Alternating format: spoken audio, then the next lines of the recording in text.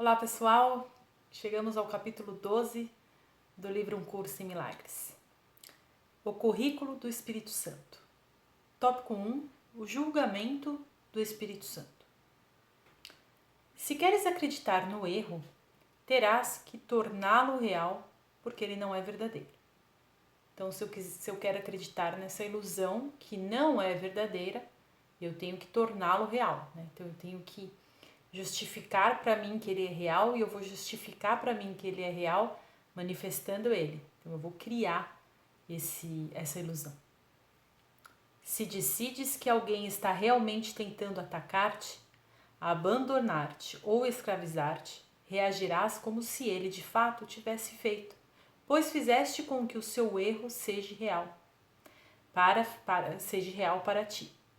Interpretar o erro é dar-lhe poder, e tendo feito isso, tu não verás a verdade. Então, o que ele quer dizer, contextualizar aqui? Eu preciso acreditar no erro e torná-lo real. Então, quando eu estou julgando o outro e quando eu estou falando ele quer me atacar, ou ele quer me abandonar, ou ele quer me escravizar, eu preciso acreditar nessa verdade, e o meu acreditar nessa verdade vai fazer com que o outro manifeste isso. Então vai fazer com que ele faça isso. Mas na verdade sou eu que estou acreditando, estou reforçando a minha forma egóica de acreditar no ego do outro. Porque eu não estou vendo ele como uma imagem, através da imagem verdadeira dele, porque eu não me vejo através da minha imagem verdadeira. Então eu estou fazendo com que aquilo se torne verdade. Então eu estou fazendo com que aquele abandono seja real, porque eu mereço ser abandonada, porque eu acredito que eu vou ser abandonada. Eu tô acreditando que aquela traição é real, porque eu acredito que que eu vou ser passada para trás. Eu acredito que é isso que as pessoas fazem. Então é isso que eu venho recebendo. Então eu venho recebendo do outro aquela mentira que eu preciso que ela se manifeste para eu provar que eu estava certa, né? Então o ego ele precisa provar que ele estava certo. Então você fica pensando naquilo, mesmo que inconscientemente você acredita naquilo, e é aquilo que o outro vai manifestar para você. Ou contra você, ou em você, né? Aquilo que você vai manifestar na sua vida. Tópico 2. O caminho para lembrar-se de Deus. Se amar a si mesmo é curar a si mesmo, aqueles que estão doentes não amam a si próprios.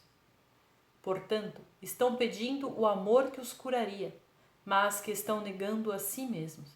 Se conhecessem, a verdade acerca de si mesmos, não poderiam estar doentes.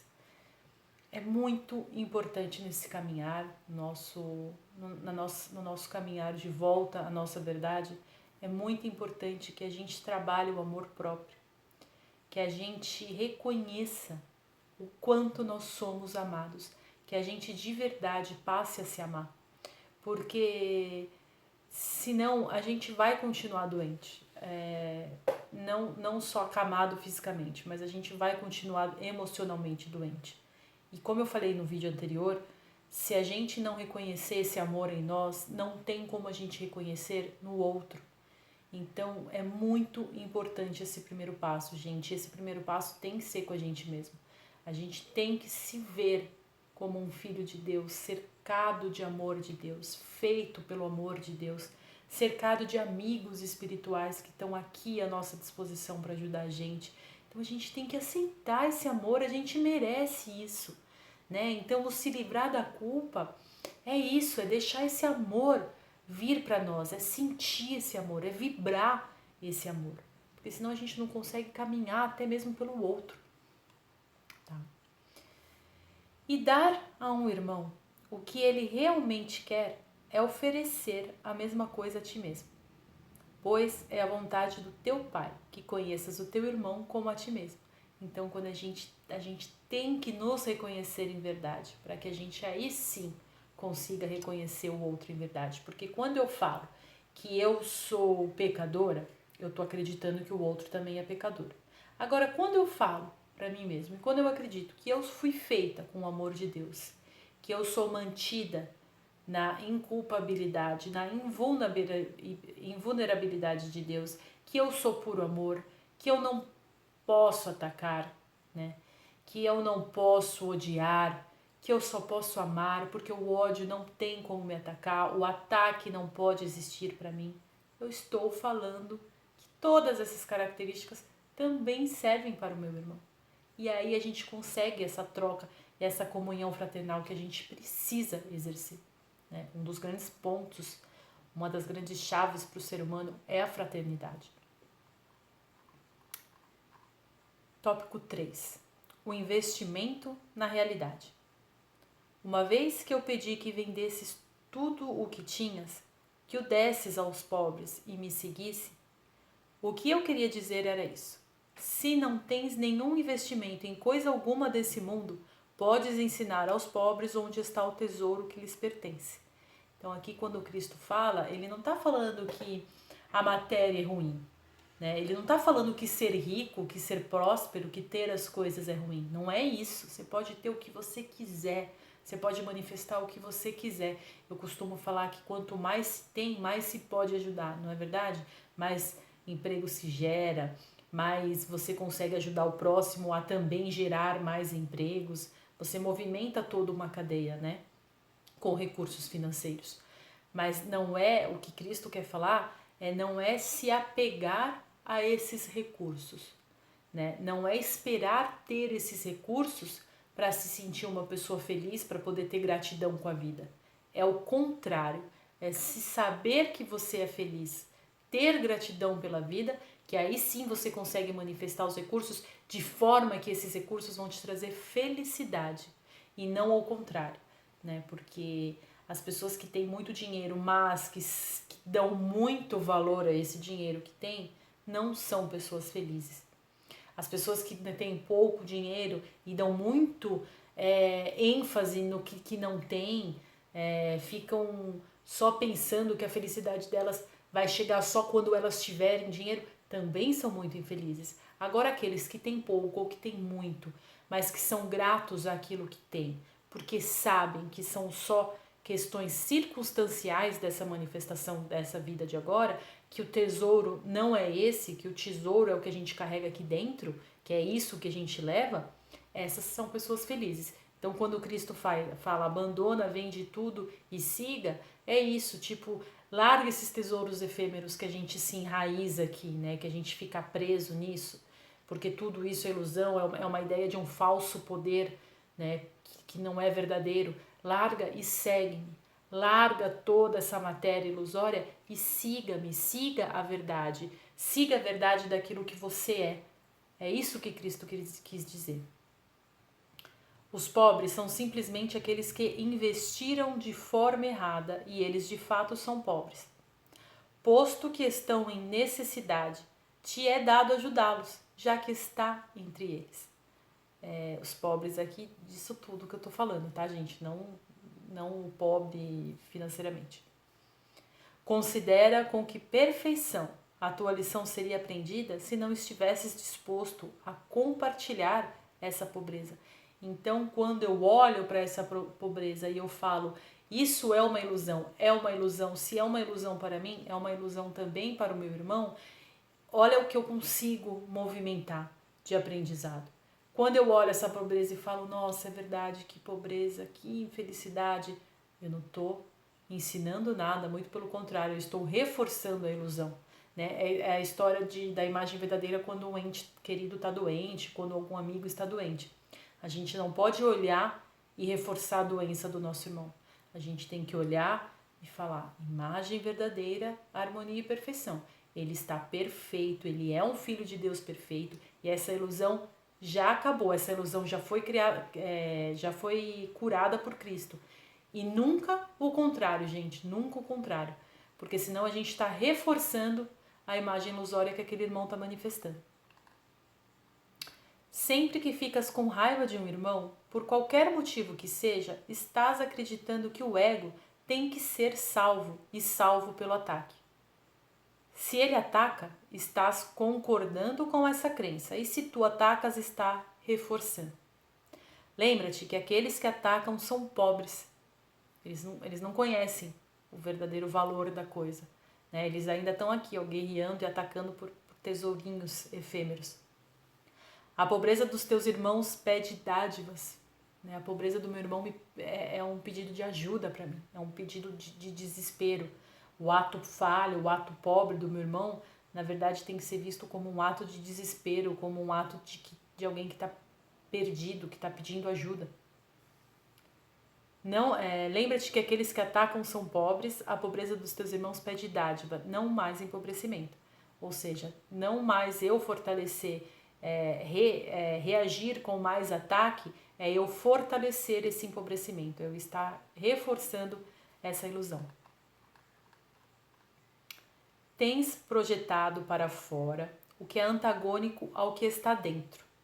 E, portanto, terias que perceber as coisas desse modo. Então, eu projeto para fora o que é antagônico. O que é antagônico? Que é o contrário do que eu tenho dentro. Então, eu estou projetando ataque, raiva, julgamento, ódio, sentimento de vingança, sentimento de falsidade. Eu estou julgando, né? Eu estou projetando para fora. Eu estou julgando o outro com essas qualidades. Eu estou indo contra aquilo que está dentro de mim. E aquilo que está dentro de mim é aquilo que está dentro do meu irmão. Então eu estou indo contra a minha verdade e a verdade dele também. É por isso que tens que reconhecer que o teu ódio está em tua mente e não fora dela, antes de poderes livrar-te dele. Então, antes do verdadeiro pedido de perdão acontecer, antes de eu conseguir de verdade transmutar essa energia, eu tenho que reconhecer qual foi a projeção que eu fiz do outro e o que em mim, o que eu criei em mim, né? Lembra? Que fez com que ele agisse, qual a mentira que eu precisei fazer com que ele manifestasse para eu provar, para o meu ego provar que aquilo é verdade.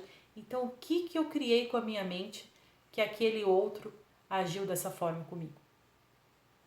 E é por isso que tens que livrar-te do teu ódio, antes de poderes perceber o mundo tal como ele realmente é.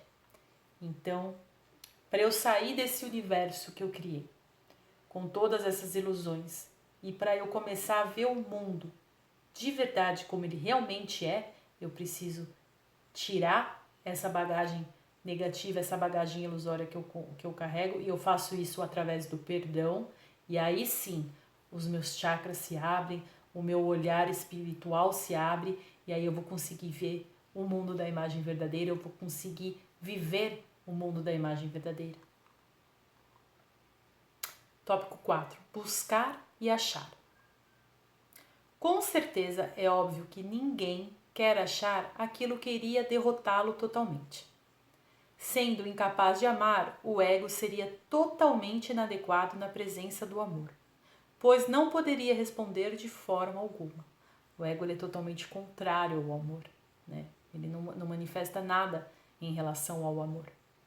Então terias que abandonar a orientação do ego, pois ficaria bastante evidente que ele não te ensinou a resposta que precisas. O ego não me ensinou nada de interessante, nada que pudesse realmente me trazer a minha felicidade. O ego, portanto, distorcerá o amor e ensinar-te-á que o amor realmente pede as respostas que o ego pode ensinar. Então o ego ele vai pegar ele vai ressignificar o amor dentro de características mentirosas. Então ele vai fazer com que você perceba o amor de uma forma que ele não é, assim como ele faz com tudo, né? Assim sendo, segue o seu ensinamento e buscarás o amor, mas não o reconhecerás. Você vai buscar esse amor, você vai buscar a sua felicidade, mas você nunca vai encontrar. Lembra? Você está seguindo o professor errado? Você está seguindo o caminho errado. Você está seguindo uma ilusão, uma inverdade. E isso não vai te trazer o verdadeiro significado daquilo que você está buscando.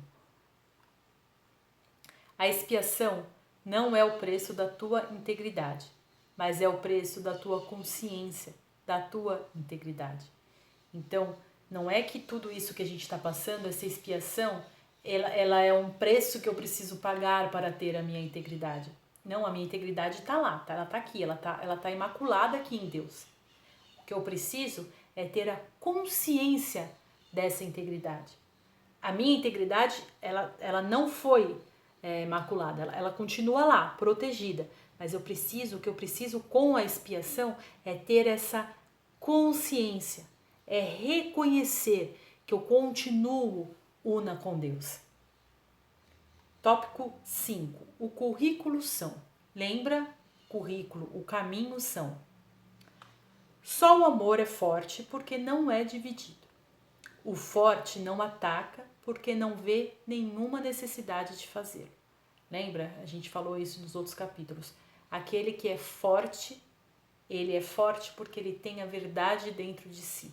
E ele sabe que ele não precisa atacar, porque ele sabe que ele não pode ser atacado.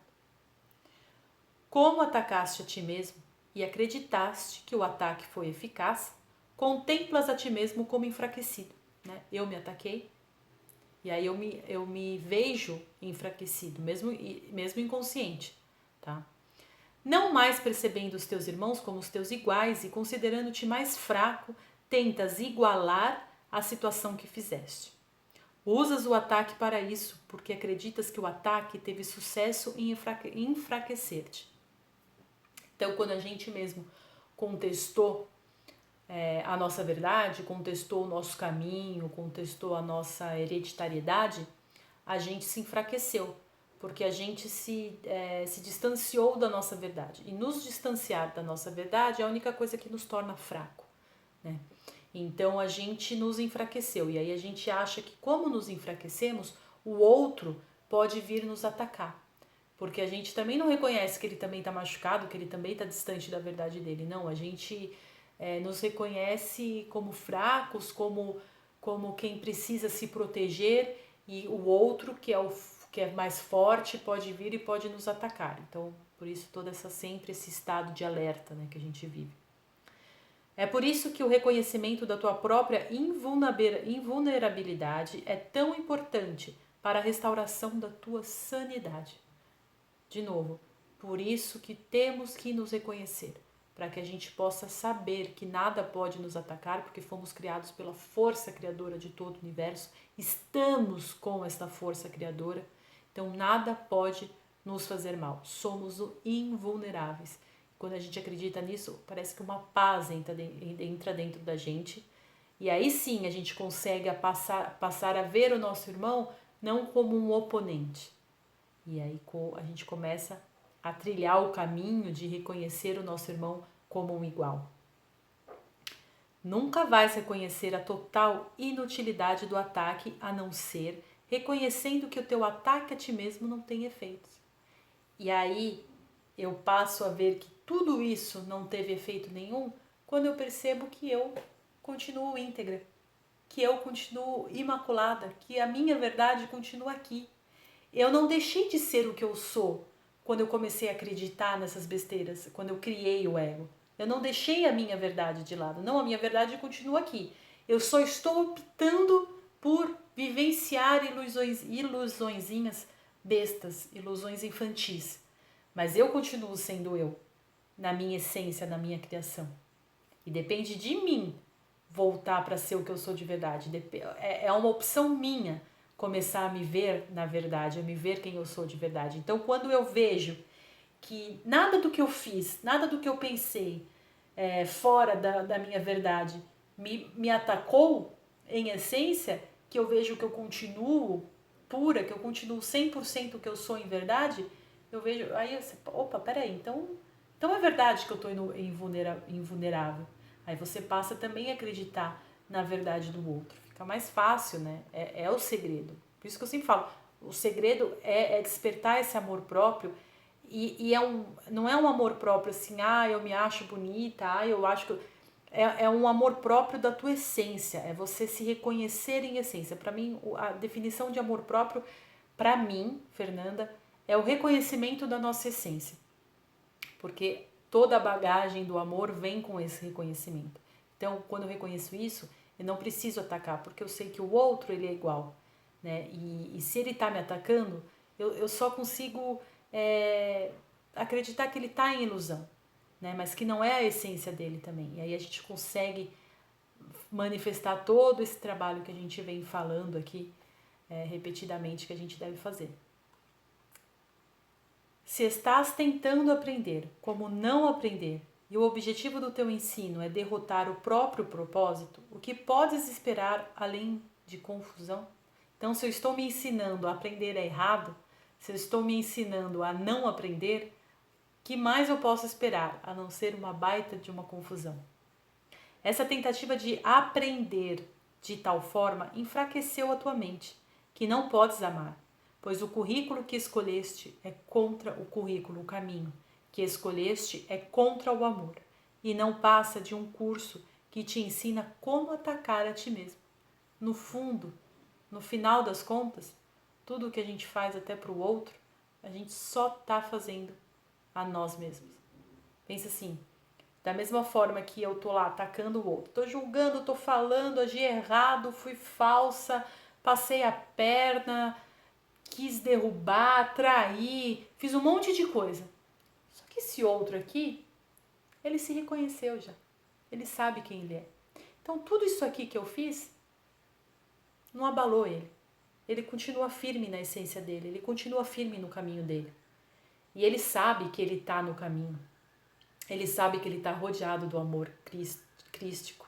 Que ele sabe que ele está rodeado do amor do Pai, que ele é constituído por esse amor. E ele vai continuar o caminho dele. Ou seja, tudo isso aqui que eu fiz não atacou ele. Ele continua.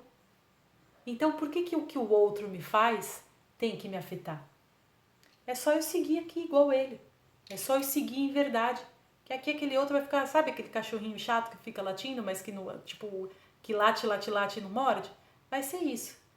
Vai ser essa a reação. Eu saio dessa situação, eu perdoo de coração. Eu sempre falo, a gente tem que perdoar, não precisa conviver. Não precisa forçar uma amizade para provar para você mesmo que você perdoou. Não. Você pode perdoar e não querer nunca mais ver a cara e não precisar, nunca, porque você não vai precisar mais, né, ter o convívio. Porque aquela situação que foi criada, ela já foi perdoada, ela já não existe mais.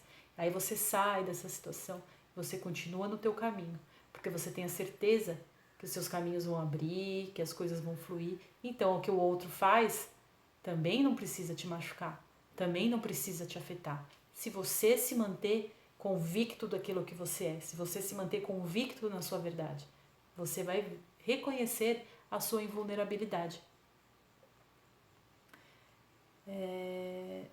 Vamos lá para o próximo. Tópico 6. A visão de Cristo.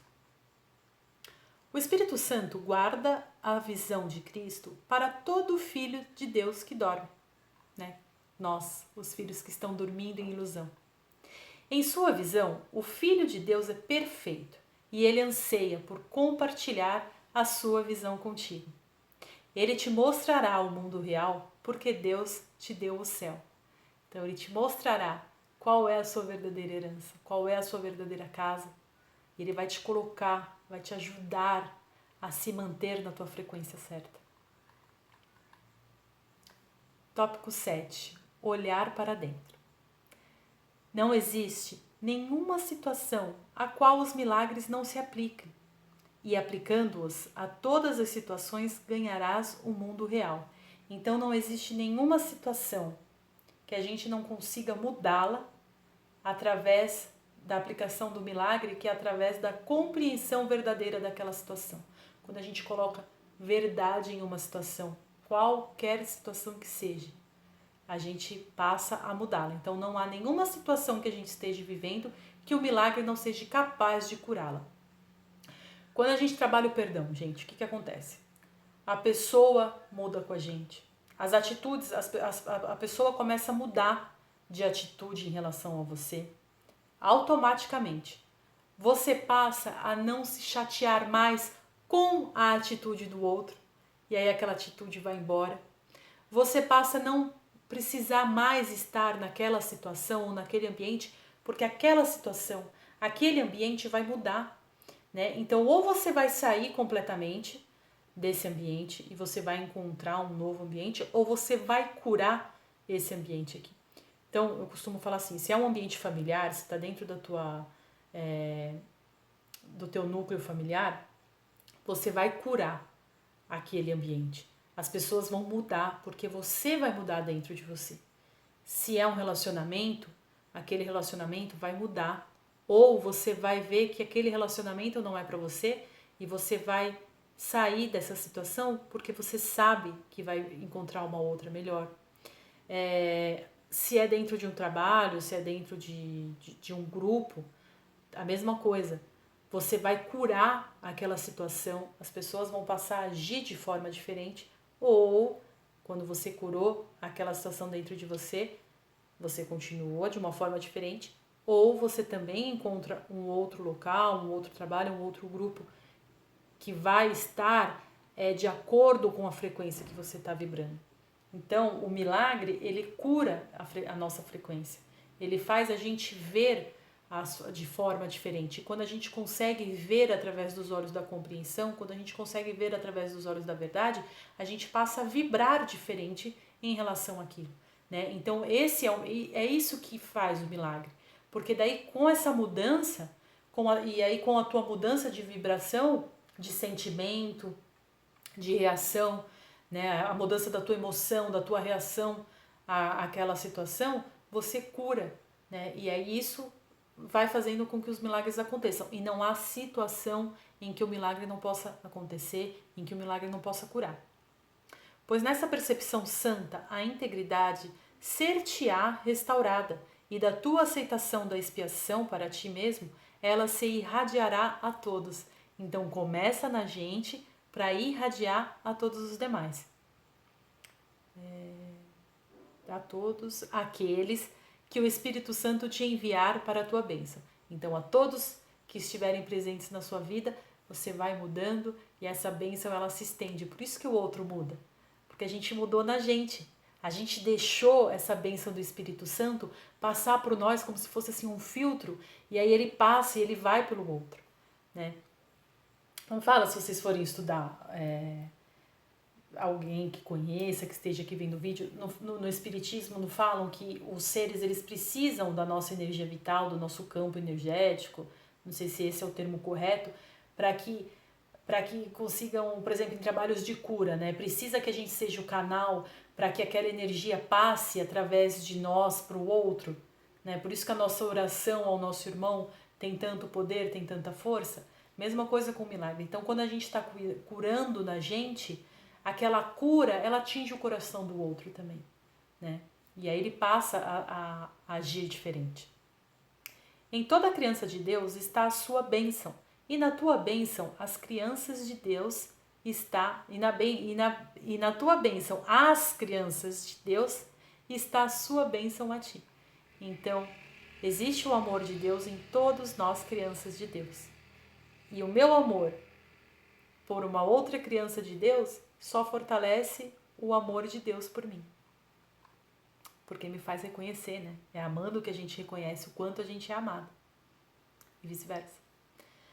Tu vês o que esperas e esperas o que convidas. Porque eu vejo aquilo que eu absorvo, né? Aquilo que eu convido. A tua percepção é o resultado do teu convite vindo a ti em função do que pediste. Então a minha percepção sobre a coisa é o resultado daquilo que eu estou pedindo, daquilo que eu estou convidando para vir até mim. De quem são as manifestações que queres ver? Para quem que eu estou pedindo? Para qual manifestação eu estou convidando para entrar aqui no meu ser e manifestar? De que presença queres ser convencido?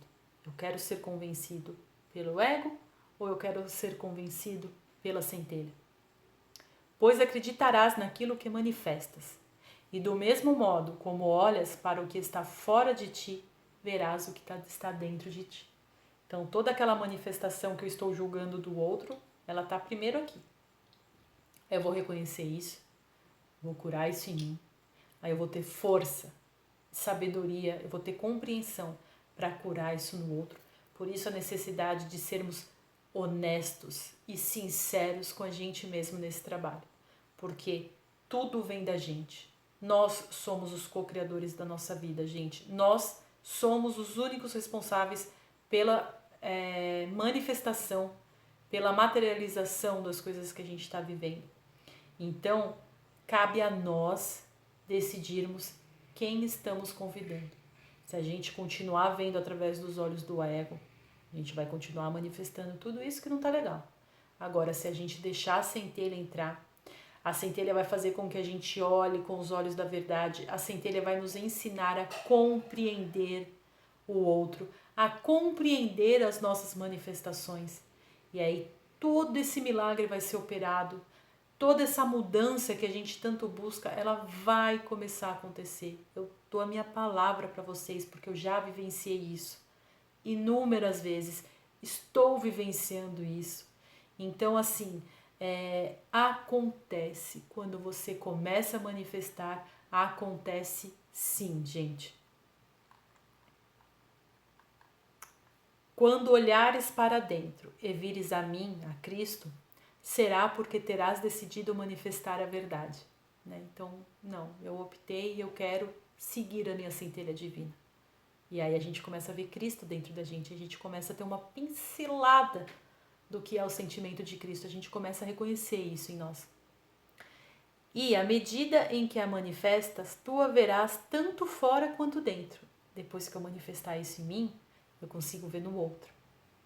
Tu a verás fora porque a viste em primeiro lugar dentro. Tudo o que contemplas fora é um julgamento do que contemplas dentro. Então, né, como eu já falei, tudo aquilo que a gente está manifestando está primeiro dentro de nós, né? E aí a gente, por isso que a gente está vendo fora, porque na verdade está aqui dentro. A mesma coisa com o amor.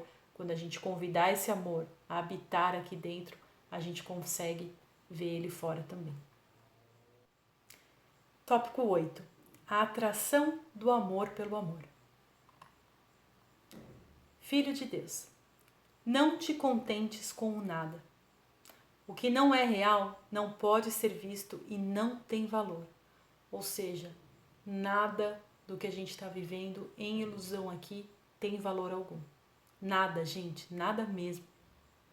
Deus não poderia oferecer ao seu filho o que não tem valor, e nem seu filho poderia recebê-lo. Deus não faz nada sem valor, não faz nada vazio, não faz nada efêmero. Ele não poderia jamais oferecer isso para nós, porque não é isso que ele queria. Foste redimido no instante em que pensaste que o tinhas desertado. A gente pensou que abandonou a Deus. Tudo o que fizeste nunca existiu e é invisível, porque o Espírito Santo não o vê.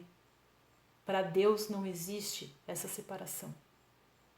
Entretanto, o que ele vê é teu para que tu contemples. E, através da sua visão, a tua percepção é curada, ou seja, através da visão do nosso Pai, através do fato de deixarmos a nossa centelha divina de nos manifestar e de nos manifestarmos através dela, a gente passa a ver a verdade de quem somos, a ver a verdade que o nosso Pai gostaria que estivéssemos manifestando, a gente começa a ver a verdade do que Ele é. A expiação nada mais é do que o caminho de volta àquilo que nunca foi perdido. É o nosso despertar, é o nosso colocar consciência do que somos de verdade. Teu pai não poderia ter deixado de amar o seu filho. Nunca deixamos de ser amados, pessoal. Nunca.